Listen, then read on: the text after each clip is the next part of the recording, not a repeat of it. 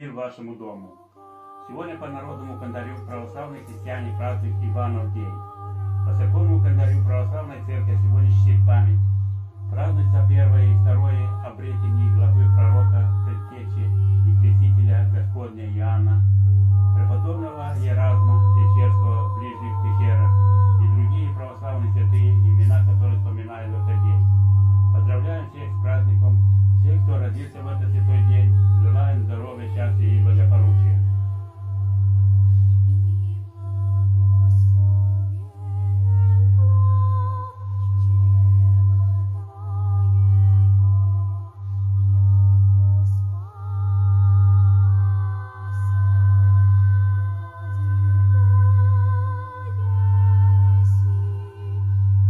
Светлая память ушедшей в мир иной.